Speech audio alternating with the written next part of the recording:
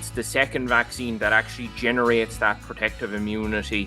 So you're not going to get much benefit at all from only giving that first vaccine. The second vaccine is where the actual protective immunity is generated. So it is very important to get that second vaccine in if it's a 2-dose course. That's critically important really to getting the benefit from the, it's kind of wasted money really to buy a vaccine and only give the first dose. Hello and welcome to the Beef Edge, the Teagasc Beef podcast for all your latest news, information and advice for Irish beef farmers. I'm Catherine Egan, and with weaning taking place on most farms in the coming weeks, I'm joined by Teagasc researcher and vet John Donlon to discuss the main issues that arise around weaning time and how to prevent them. John, it's been a difficult year on cows and calves, and performance of some calves has been impacted by the extended spring and grazing conditions and also with the weather. From the start of the year, a lot of animals would have been inside for longer than they would usually be. And for certain farmers, that would have meant that there was an increase in disease.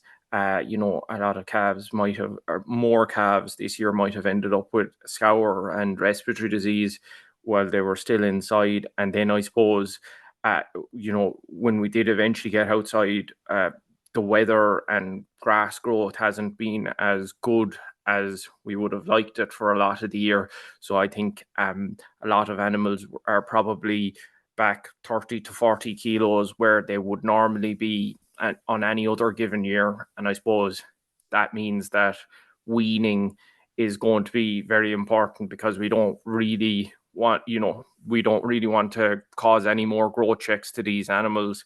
We need to try and nurse them through this stressful period as well. And as a result of the spring and the conditions you mentioned, many farmers might be tempted to delay the weaning process. What's your advice, John?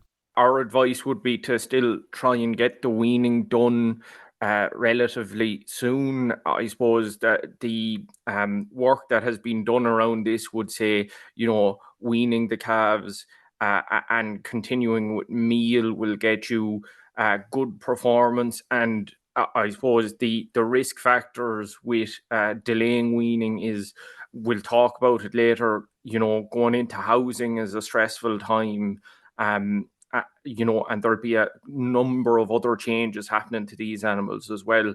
And if we delay our weaning, we're going to end up compacting all of those stresses together and stacking them on top of each other and potentially increasing the risk of disease for those animals. So generally, the Teagasc would recommend to still try and wean them now and not push it off, because we'll end up with more kind of stacking on top of each other later on in the year if we do push the weaning. And what are the main causes of stress when it comes to weaning, John? The big thing that weaning is you're removing the calf from the dam. So it's that maternal kind of bond is being broken at weaning. And so there's obviously the kind of maternal bond there. There's also a dietary change as well. And these calves at weaning, what's happening is their milk is being removed from their diet, and milk is obviously a very nutritious substance. So there's quite a significant change in their diet. They're being moved from milk to, grass mostly, or grass and concentrates really. So between those two things, they're quite significant stress factors. And I suppose the stress of the mother being removed as well, that'll kind of basically cause the calves to release stress hormones like cortisol. And those stress hormones, they have, a negative effect on things like the calves' immune system. They'll mean that the calves' immune system doesn't respond as well as it normally would. So the calves are going to be more susceptible to disease around this time in particular. So it is a very stressful time for these calves, and it's a potential time when they're much more susceptible to diseases. And there are a lot of different weaning protocols, John, to reduce this stress. What are the key aspects of these protocols to have in place to reduce it? The key thing is to try and be gradual and have it well planned out ahead of time. So our general recommendation would be there's a couple of different facets to the kind of recommendations around weaning.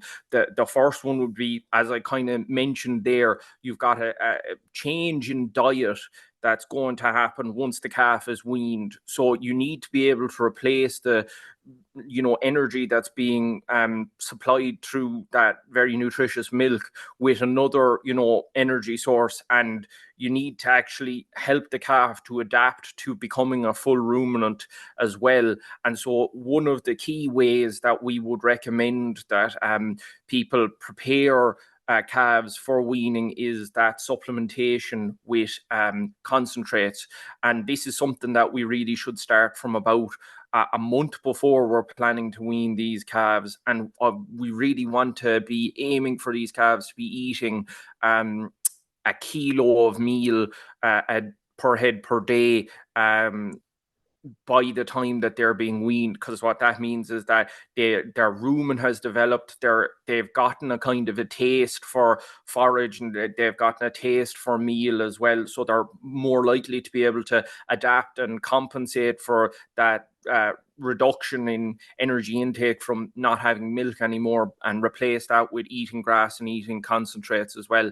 And then we would recommend that you kind of continue to feed those concentrates for 2 weeks afterwards.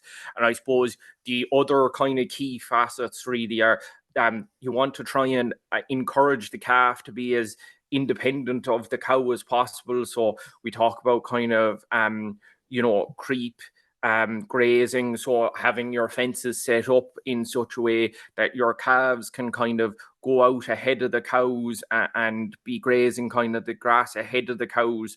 That'll just mean that they're a little bit more independent. They're kind of used to getting away from the cow, so that when the cow is removed herself, the calves aren't going to be as kind of shocked by that as such. And that'll kind of make them more robust as well. And it'll also encourage them to have that kind of grass component to the diet, which they'll be able to include more of once they start to have that hunger for it. And then I suppose the other aspect is that obviously you've got a herd of a group of animals.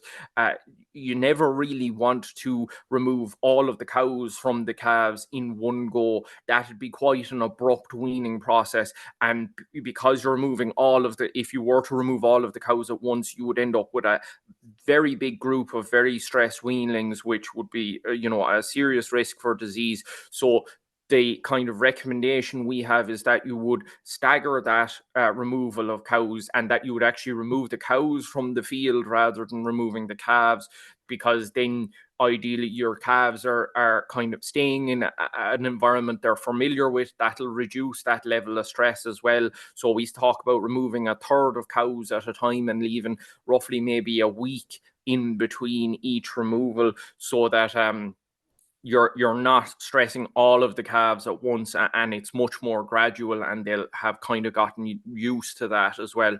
And ideally, if you have fields that have a bit of shelter, or they're not too exposed, they're the kind of fields that would be better for weaning calves. And just because if we hadn't, a change in the weather or something like that, that the calves would have a bit of shelter from the elements really. And that weaning outdoors is generally what we prefer as well, because when you start trying to wean animals indoors, you've also got the added kind of complexity of ventilation as well on top of it, because you're trying to remove, you need very good ventilation around that time, because you will have more stress, and stressed animals tend to, if they're infected with a pathogen, actually release more of that pathogen into the air. So your infectious burden would be higher indoors as well. So outdoors is kind of the ideal scenario for people that can manage it. Really, John, at this stage, the planning prior to the weaning is very important. What can be done from a herd health point of view to reduce the stress at weaning? It's very important to have your planning done well ahead of time. So I suppose the key things would be around your management procedures, especially because your management procedures like your castration, debudding, and dosing, they're all quite stressful for these animals. So debudding should have been done well before now. Obviously, if it's not done, then you're talking realistically, it'll be dehorning. But we know that debudding is a much less stressful procedure than dehorning for animals. So we would encourage everyone to try and have the debudding done early in life when their horn buds are nice and small and you can burn them off, and you only need to you can give them their local anesthesia and a non-steroidal anti-inflammatory, and they'll do quite well after that. If it's the case that they need to be dehorned, then you need to leave, 2 to 4 weeks of a space between that procedure and the weaning itself. And similarly with castration as well, ideally animals are castrated at less than 6 months, but if we are going to be castrating, we don't want that to be falling within the kind of 3 to 4 weeks of weaning either. We want to give the animals the best chance to because if you do those things, you're stacking stress on top of an already stressful period, and the level of cortisol in the calves' blood is probably going to be higher. They're going to be even more immune suppressed, and they're going to be at a higher risk of diseases like pneumonia. And then I suppose dosing is the other thing, because if you think about it, what we're actually trying to encourage calves to do is to eat more grass. But when they're eating grass, they're going to be exposed to more worms, gut worms, stomach worms, and lungworms. So we talk about, trying to have your dosing done probably at least 2 weeks before weaning, and keeping a very close eye on the calves for coughing, especially because coughing at grass, we'll say, is a very strong indicator of lungworm. And really, if they're coughing at grass, then we need to dose them and then give them a little bit of a chance to recover from that before we start weaning them. And with regard to stomach worms, best practice would be to take fecal samples. We'll say take those samples, get the fecal egg counts done, and then talk to your vet about whether these calves need to be dosed based on those fecal egg counts. Because in some cases they may not need to be dosed, and you may not need to do it. But that'll vary from farm to farm. But I suppose very important to keep an eagle eye on them for that coughing at grass, because lungworm is an issue, especially when we're getting this kind of slightly warm but damp weather. That'll be a major kind of disease burden that could occur, and we really don't want that to be occurring at the same time that we're weaning these calves, because the lungworm will damage the calves' lungs, and then the potential for pneumonia will be even more increased, really. Most definitely, John. And I suppose while that's one part of the health plan, a key point to consider will really be implementing a good vaccination programme with the vet. For farmers that might have never put in a vaccination programme or might be considering implementing a vaccination programme this year, what are the key points that they should be considering? So vaccination is a useful tool in weanings. It's something that we need to plan out well in advance. I suppose there's a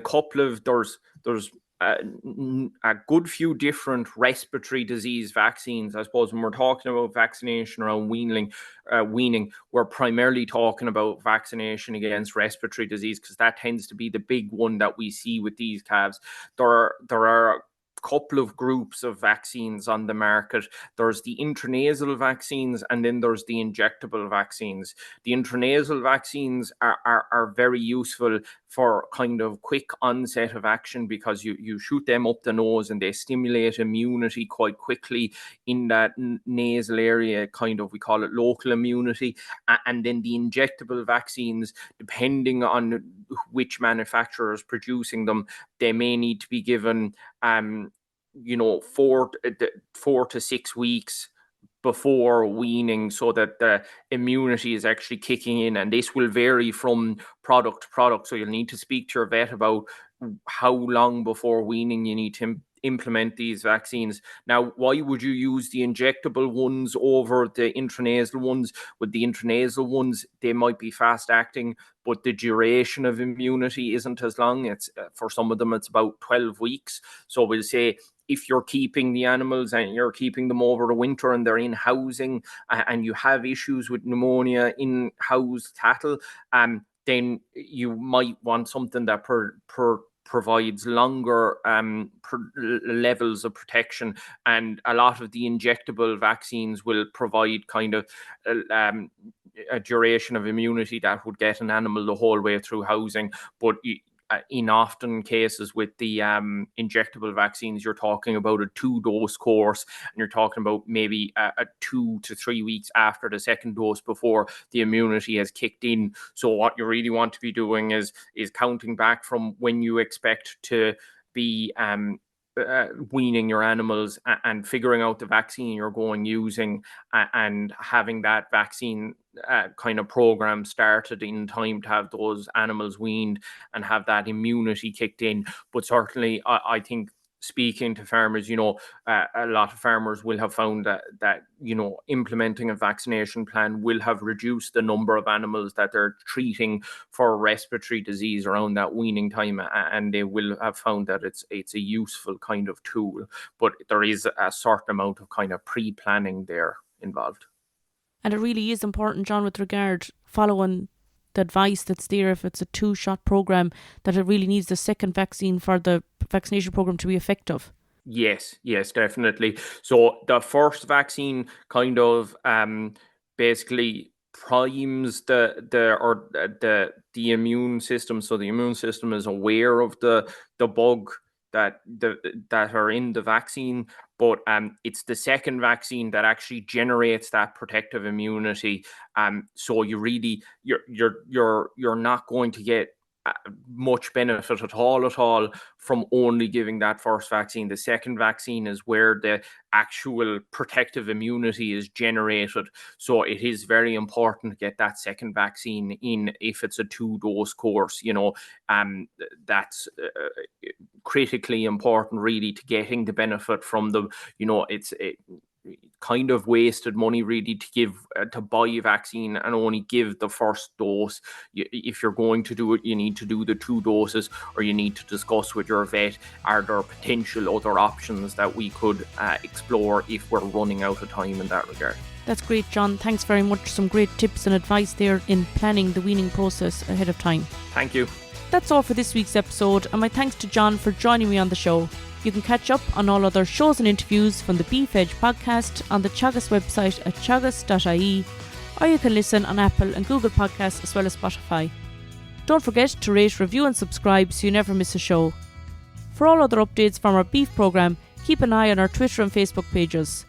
Until next time, I'm Catherine Egan, and thanks for listening.